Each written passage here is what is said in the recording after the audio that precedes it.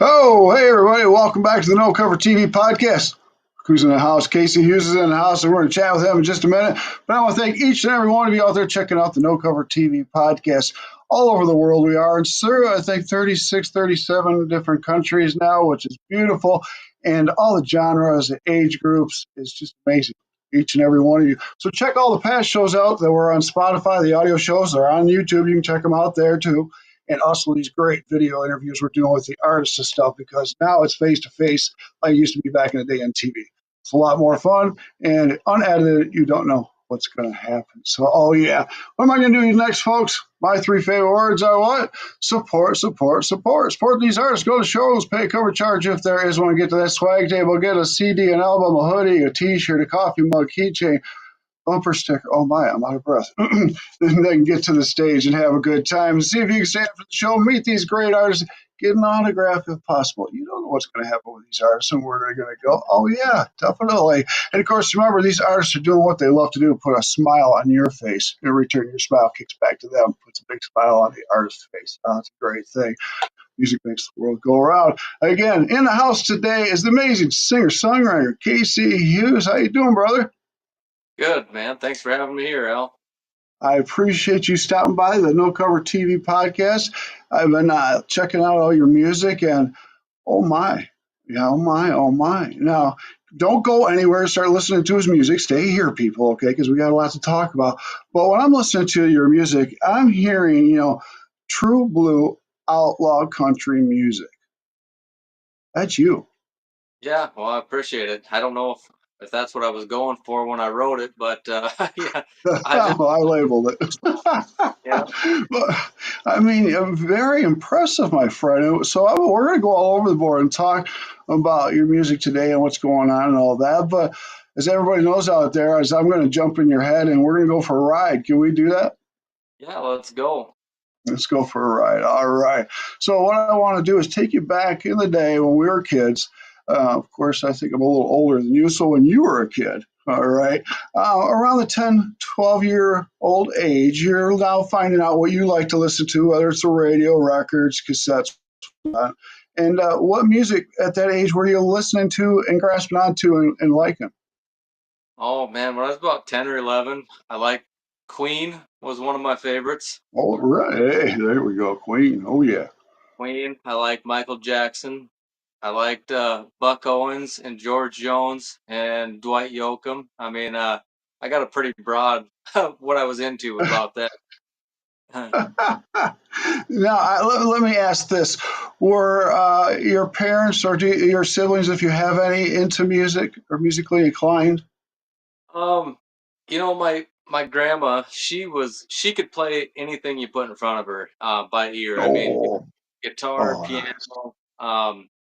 But as far as the rest of, family with music, I think I'm about the only one out of my brothers and sisters. So Okay, all right. So back when you were listening, I'm sure it was mostly cassettes and CDs. yeah, I remember my last cassette tape that I bought and my first CD because they were both the same thing because the car that I had got didn't have a cassette player in it, so I had to buy that record on a CD too, so I could listen to it. You remember what it was? I do. It was the Offspring Americana. Really? Like I said, I've That's got great. a broad listening for musical preference. From punk rock to country to R&B. It's just I'm all over the place when it comes to You're music. all over the place. Well, now you're leaning into the country, but back then, as we're getting older, 15, 16, were you a rocker or more headed towards the country road? Mhm. What's that? Were you talking back then when I was 11, 12, Well, 13, 14? when you were about 15, 16, were you more a rocker or were you a country guy? Oh, I was more of a rocker. I was kind of going through a punk rock phase at the time, and it was just I was definitely more of a rocker about then. Right. Okay. All right. So, and at that age, did you want to play music or did you start playing guitar at that age or what happened? No, I mean, I always wanted to. Like we just didn't have a lot of money growing up, so being able to get a guitar or lessons. My mom got me a guitar one Christmas, but I never learned how to play it. I didn't actually start. Uh, it was about 21 years old on my birthday. I was down by myself in Arizona actually for an outfit that I worked for, and Okay. I decided that's when I got a guitar and decided to learn how to play. With about All 21 right. years. About 21. Okay. So yeah, 18 comes and life slaps you up and you got to work, go to college, start family, whatever goes on. And you picked it up at 21, started playing. How long was it until you decided, hey, I'm going to start writing some songs and getting out there, laying this stuff down?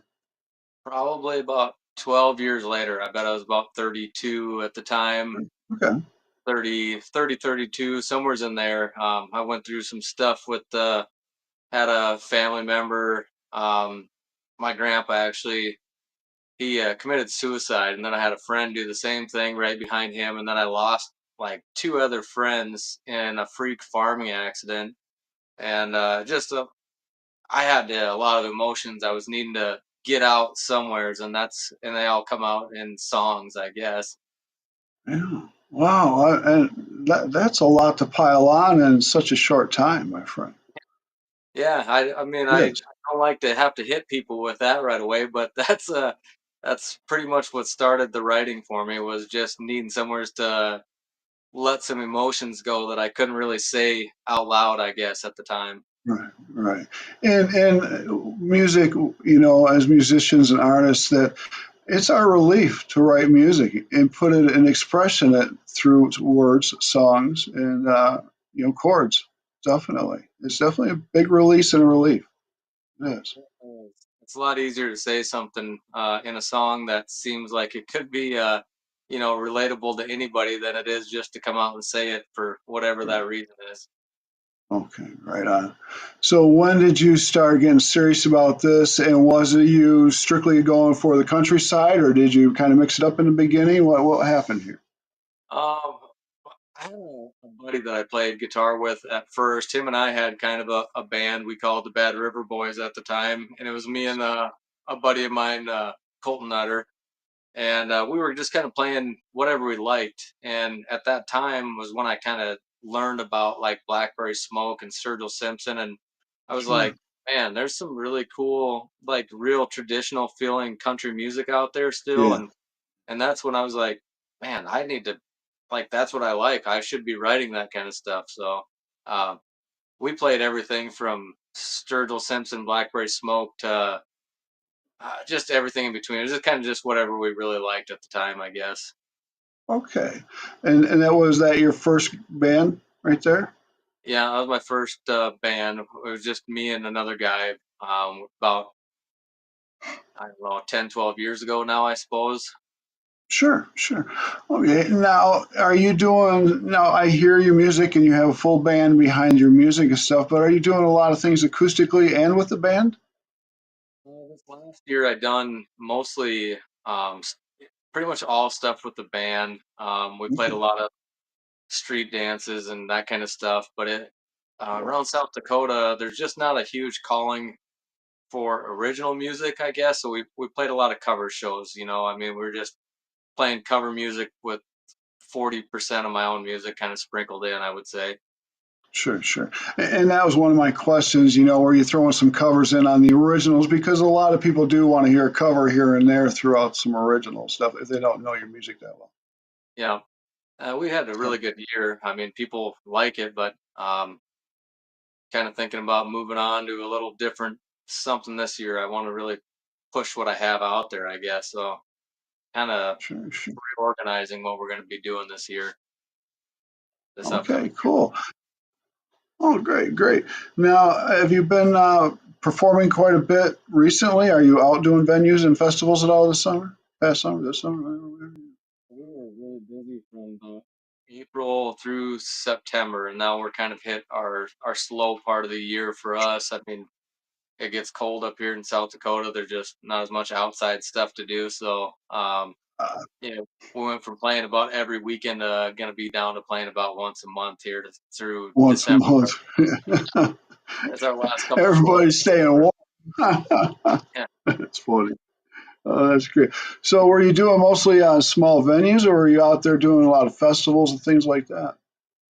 Mostly small venues. We got a lot of small communities here in South Dakota, and Sure. we play a lot of street dances for them. And it's really it's the best time you can have as a musician, I think. Because I shouldn't say that because I've never played Right. a stadium packed full of people. But when you go to a small town that just doesn't get to do a lot of stuff, and they've got some Mm. music coming into town, everybody shows up, and it's a great Everybody time. shows up. Yeah. This is a great time. What do you like better, the smaller where they're on top of you, or kind of the where you got a stage to run back and forth on, and people be out there a little bit, and there's more of a crowd? What you like better?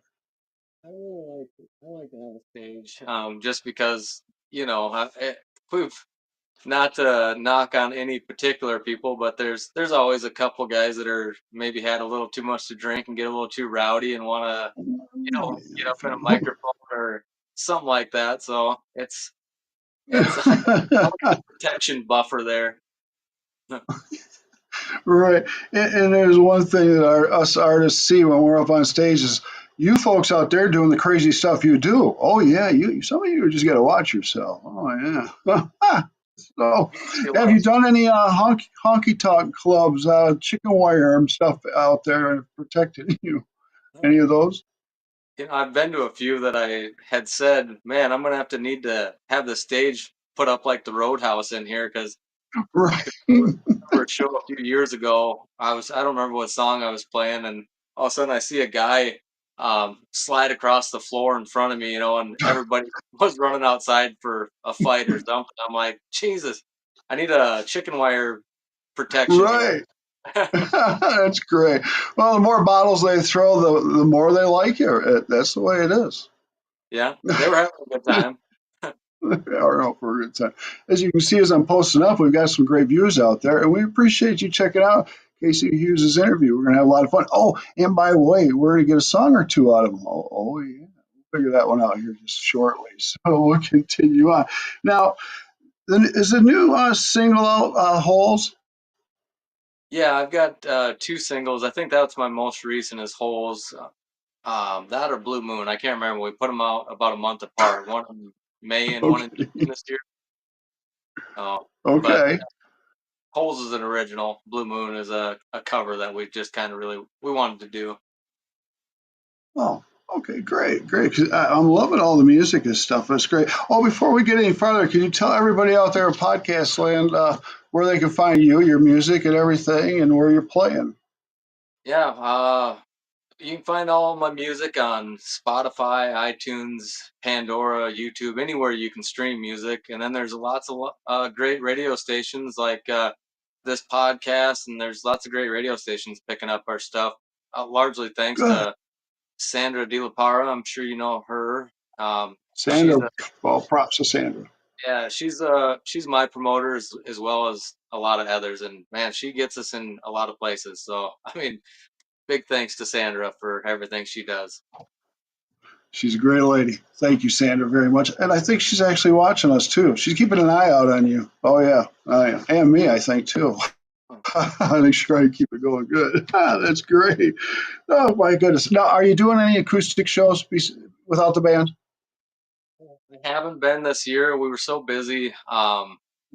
I I had a great year. I never had to call anybody for a show, and we ended up busy from April to September. So I mean, like, it seems kind of crazy to want to do something different after having that good of a year, but Sure. Um, you know, I just never played any solo. I never had to. I We were all band shows, and I have such a great time with my band. Anyways, it's hard to want to go do a solo show after playing with a band for so long. But And listening to your music, I mean, it's a full sound. You're using just about every instrument the country artist would use. Uh, they sound like studio musicians. Are these your friends for been a while? Go back, or did you just? How did you connect with all these great artists? it's funny. When I first started, I was playing. I had left my buddy didn't want to play anymore. That we were in the Bad River Boys, and we had some great opportunities that we passed on, like opening for Kentucky Headhunters, I think, and some other things at some venues that we had in town. and he wanted to quit, and I just wasn't ready, so I started playing solo stuff, and I was actually playing. I got invited up to the mall to do like a Christmas set, and I'm like, I don't do any Christmas music, but if you want some country music in the middle of that, I'll come up there. And he said, "Yeah, come up. It'll be a nice break in between the Christmas stuff." And then I met Dean Wallace up there. He played lead guitar for us for quite a few years, and he introduced me to a lot of the rest of the band through him. So he's largely to thank for all the guys that I met. Well, cool. That's great. Since we're on music, think we can get a song out of you, my friend? Yeah, we can do that. I'm gonna have to reach up Okay. here, change the setting, and let You me got to do do a that. switcheroo here, and then I got to show up because it goes through the mic. Yeah. Let me see if Right I can here's find KC. it. Gotta love live. Yeah. Oh, this is great. So we're gonna have KC Well, here. this is great. So we Okay. have KC here.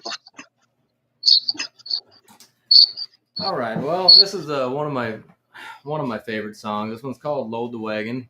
Um, my grandpa Charlie, he had a saying he always said, and he said, "Don't worry about the mule, just load the wagon." And my other grandpa said, "You've got to use that in a line in a song after he passed away." So I had this one about half written, and it just fit perfect. So this one, "Load the Wagon." I don't taste the whiskey like I used to.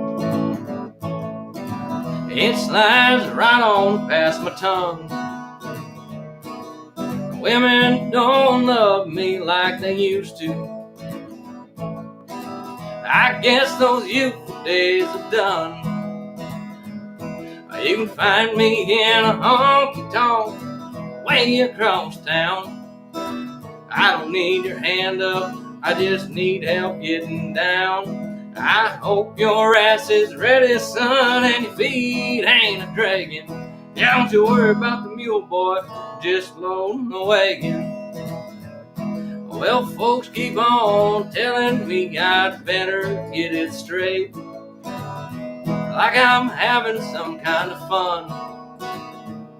Well, I'm here to tell you firsthand, well, this empty bottle just don't get it done.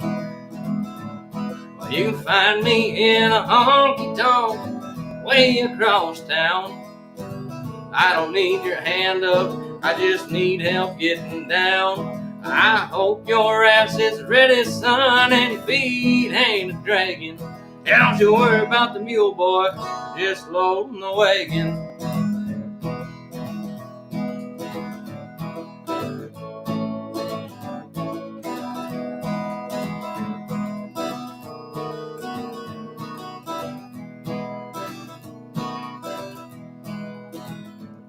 Well, I'm here to tell you something. This ain't no life worth living. I'm tired of everyone just a taking, while I'm the one doing all the giving. Well, you can find me in a honky tonk way across town. I don't need your hand up, I just need help getting down. I hope your ass is ready, son, and your feet ain't a dragging. Now don't you worry about the mule, boy, just loading the wagon. Yeah, don't you worry about the mule, boy, just load that wagon.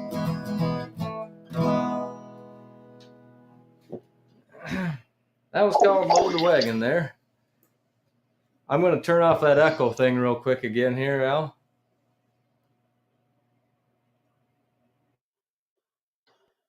All right, should be back All to right, I can normal. talk. Yeah. Bravo, my friend. That was excellent.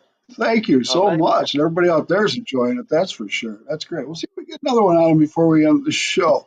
Now, Casey, I'm looking around on your pages and stuff, and I see you have quite a bit of a fan base all over the world. What do you think of that? Oh, that's something that's still pretty strange for me. I most of the guys I've met that are fans I've considered to be friends, I guess, largely. Jaron Towner, I'm going to mention him on here. He was one of the first guys uh, that I didn't know that was a fan from Minnesota. And, he came up 8 hours to come see one of our shows one time. And I just, I'm like, I don't know how to have fans, man. So you just will be my friend, And I talked to him quite a bit and made him part of my page as a moderator and stuff like that. So um, it's it's humbling, I guess, to say the least. It's very humbling because you just before you know it, you look and there's a lot of them. They're Yeah. right there. Oh yeah, they're loving what you're doing and stuff here. So I wanted to ask, what studio are you using to lay these tracks down? Well, my bass player Gene Lumby, we've done the first album, I should say, we've done that as a live recording basically. We did that in my shop. A guy I hired, uh, SIO3 Productions, I think was his name. Okay. There's kind of a funny story with that. We couldn't get everybody together. My band was new. I just had some songs I wanted to record, and he goes, "Well, let's record them live. We'll go back, dub over them, the things that you want to fix, and then we'll go from there." Okay. We recorded that in my shop in the middle of winter, and I've got a wood stove in there, and so when the temperature would drop, my voice cracks. I mean, it's just how if you've done any singing or whatever, your voice really Oh yeah. it follows weather. I mean, if it's warm, your voice is warm. If it's cold, your voice is more constricted. And Yeah. anyways, we recorded that, and then he goes, "I'm in the middle of a divorce, and you pretty much got what you got here." And I would, looking back, I kind of wish we didn't release it because there's some stuff I don't like, but at the No. same Okay. time, it shows growth, I guess, Yeah. Wait. between that and the next one. And Gene Oh, Lumby recorded our singles and our second album, my bass player, in his basement. He calls that Matt Hatter Studio. And man, I like that. yeah, he was in Man, a it's rock pretty. band. He was in a rock band in the '80s that was called the Mad Hatters. Man, And the '80s. I remember them well. Well, now let me ask about your Facebook Live. Do you do that every week? What is it on Wednesdays? I just got back into doing it. We do it every Wednesdays right now. This will be about the third or fourth week of doing it weekly again. I did it a lot every week during COVID, and Right. yeah, and I don't know why we just got busy, I guess, and I've got some couple kids that are getting older, and I got busy, but I was like, it's time to get back into doing that. It's fun. I get a lot of great reaction out of it, so Oh, good, man. That's great that you're doing that. Just keep getting your music out there because it's great music, folks. You can check it out in just a little bit. We're not done yet, but definitely, Casey, amazing artist you are. You are, definitely. Have you been up for any awards at all? not that I know of. I would guess I would know, but no, not that I know of. We missed out on the Josie Awards and ISSM Awards. I think getting some stuff. ISSA, yeah. Yeah, we missed out on getting some stuff for that in time last year. So I know No, Sandra's working on that for this year. well, great, great, because you got a hell of a good chance, brother. My goodness, you got my vote. Yeah, Yeah, thanks. unbelievable. Uh, since I'm a guitar player, how many guitars you got? She's just looking around. I've got about 5 right now. No, five. Okay. Uh, Personal question: are you married? Got a girlfriend? I'm married. Me and my wife been married for 20 years this year. Okay. What does she think about you buying a new guitar? She usually doesn't know until sometime later. She goes, "Is that the same one you always had?" Yep. I love it. I'll get shot if I buy another guitar. Oh my, because I got them all around like you do too. Oh boy, that's great. All right, Oh, my friend. What's this one that? here. I'm trying to figure out which side. My phone's backwards, but that guitar there was actually the first guitar my mom bought me when I was about 15, and we just found it in a storage unit full of rust, and it's would take a lot of work to get using again. But I thought it made a great wall hanger. I still have my original guitar that I got when I was 11 years old too. Oh Yeah. yeah, it's a Circle K. and it's in rough shape. Yeah, it's just in rough shape. So I hate to plug it in because it'll probably bite me, Yeah, shock me, or something like that. Definitely. All right. So we're gonna get into some fun questions now, okay? Before we get another song out of you, how's that sound? that sounds good. All right, let's dive into here. I usually take them in order, but I guess I'm going to break it up a little bit here on the questions here. Now, collaborations. You do any collaborations with other artists?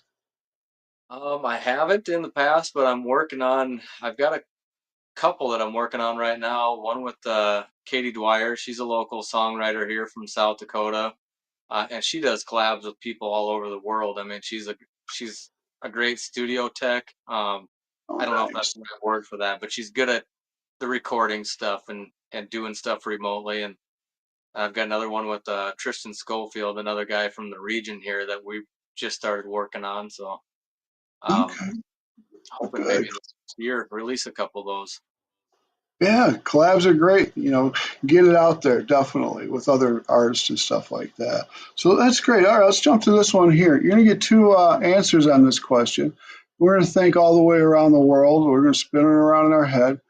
Two stages KC would really like to perform on. Any two in the world. Well, it'd be hard not to say the Opry is one of them. Um, that or the Ryman, they could both have one spot there. Both those places are pretty cool and holy grails of country music places. Um, but on top of that, about anywhere in Germany, my best friend lives in Germany now. I'd love to go over to Europe and do some stuff in Europe, but Germany especially, and be able to go see my buddy over there. Germany, that would be fun. I managed a band that brought to Germany. Great people over there.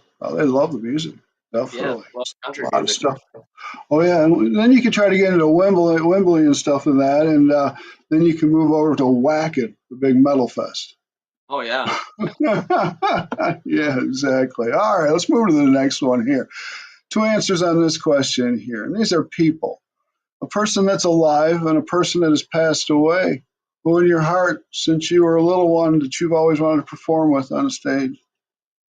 Oh man, someone that's passed away, George Jones. He's just been a favorite forever of mine. I tried. I never even got to see him live. I tried um, just before he passed away, and he canceled with laryngitis. No. And then as far as new people, Sturgill Simpson's kind of my favorite of the underground or whatever you call the outlaw country movement. Right, right. I see that. Oh, nice, my friend. I can see that happening soon because I feel a lot of doors are going to be opening up for you, Casey, a lot. Oh, yeah. Hope so. Oh, yeah. That's it. I just love what I'm hearing and stuff. All right, let's go to, what should we go to that one, this one, or that one, or this one?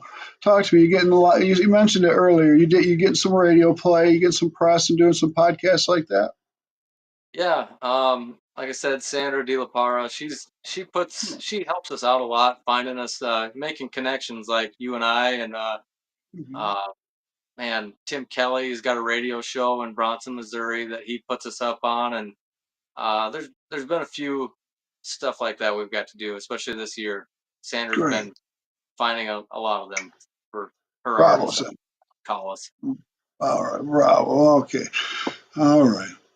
Well, now I want you to imagine this. You're at a show, uh, decent stage, decent crowd, let's say 500 people or more.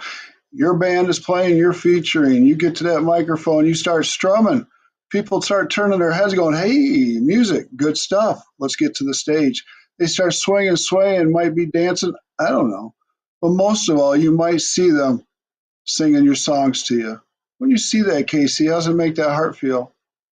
Oh, that's that makes feel good, you know. That's the goal, I guess, with writing music is to have somebody else connect to it well enough that they want to listen to it more than once for one thing, Yeah, and then for another thing, feel it well enough to want to sing along with it. yeah, I agree with you, my friend. And it always stays with you when you see those special moments, most definitely. Yeah. KC, before we run out of time and questions, how about we get another song out of you? What do you think? People would like that. They're all out there watching. So let's get Casey to do our song.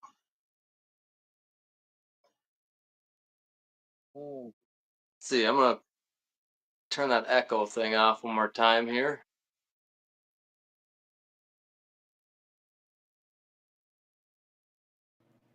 There, my screen's back. I'll play a little slower song. I wrote this one here a few years back. This one's called Memories. I was sitting on my front porch. We have this pretty crabapple tree in front of our house.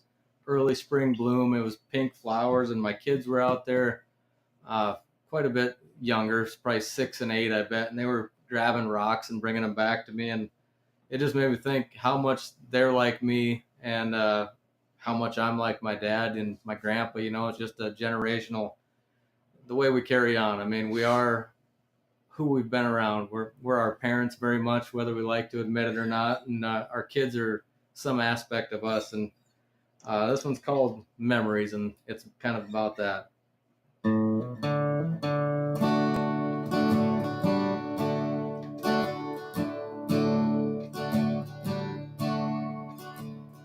Pick up every rock I see.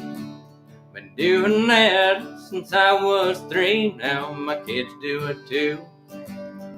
They're a lot like me.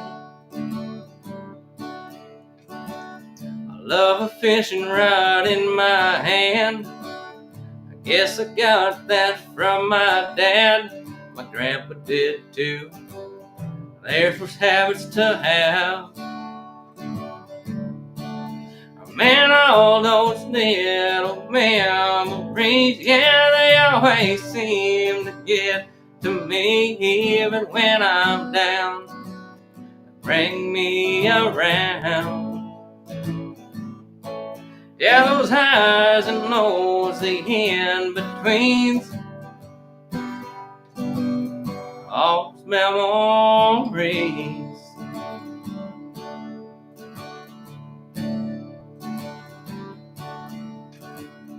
Kids are a little older now. Just like me, they're both hell-bound. Those teenage years are tough. Just keep your feet on the ground. I was for sure my father's son. Had to do everything he'd done. I was just like him, trying to have some fun. Man, all those little memories, yeah, they always seem to get to me, even when I'm down. Bring me around. Yeah, those highs and lows, the in-betweens, all those memories.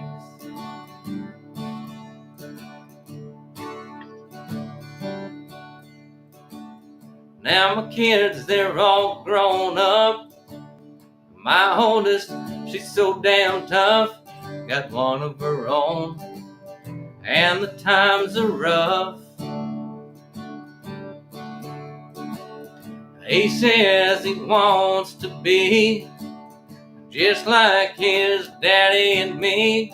This world keeps on turning, making memories. Man, all those little memories, yeah, they always seem to get to me, even when I'm down. Bring me around. Yeah, those highs and lows, the in-betweens, all the memories. Yeah, those highs and lows, the in-betweens, all those memories.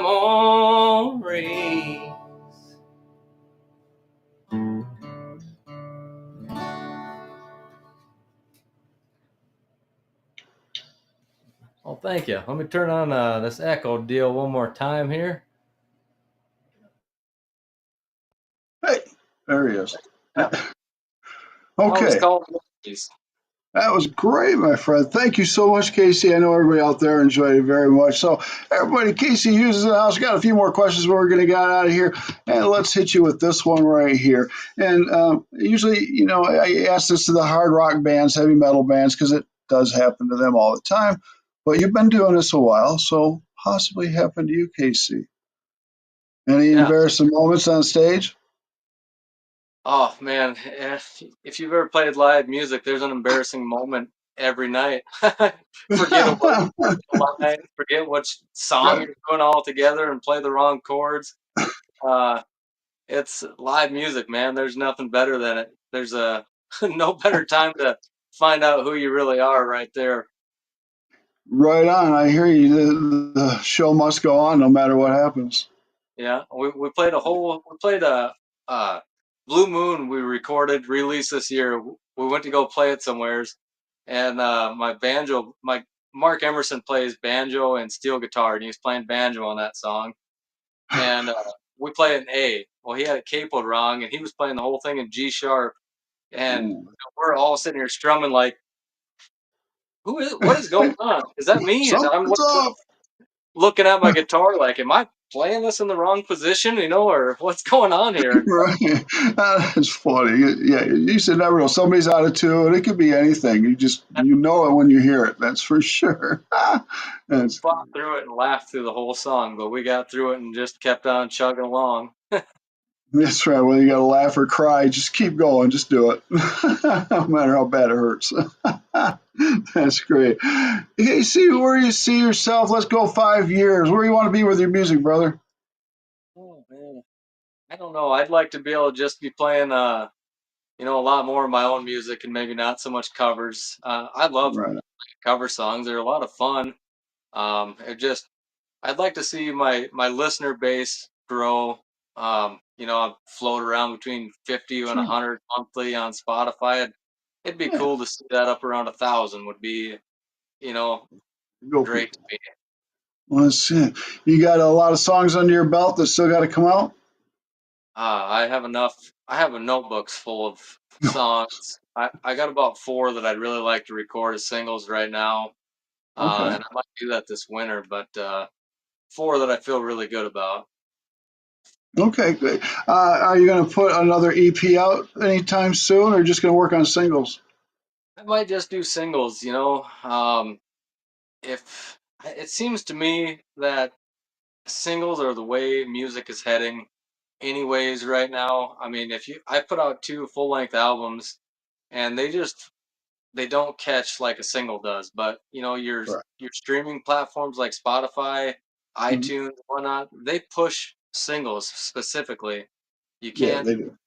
yeah, you can't submit a song out of an album into a playlist. It has to be a single, and it's making that be the norm, I Yeah, guess.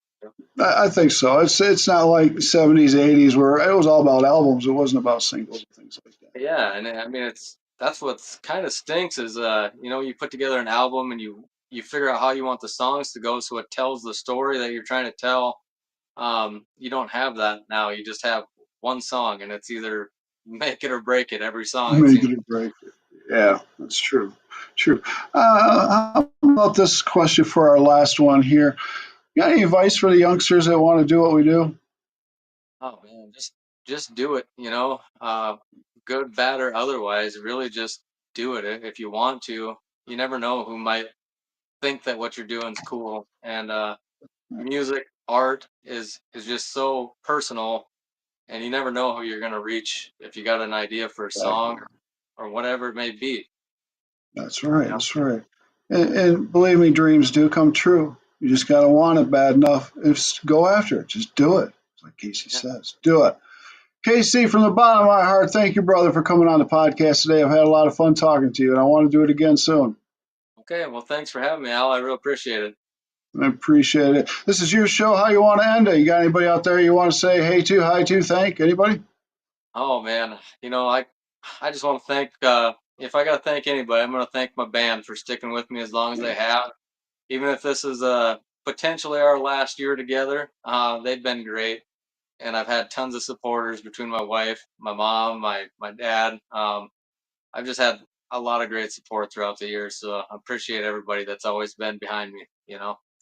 Well, great, my friend. And we want to thank right down here Sandra, too. We want to thank Sandra a lot. Well, thank you, Sandra, for everything. So, everybody out podcast land, thank you very much for checking out today's show with KC Hughs. And check out the future shows. A lot of great stuff, great artists, genres all over the world. They're coming on. And it's great because some of them need interpreters. And it's kind of fun to talk a different language when you don't know what they're saying, but we know it's about music. So we just kind of just make it happen. It works. Well, anyways, KC, you have a great, wonderful day. Keep in touch. You need anything, you know how to get a hold of Big Al, brother, and thank you. All right? You bet. Thanks, Al. Appreciate it. All right. Take care, everybody. All right, here till the next show. Peace. All right. See you, KC.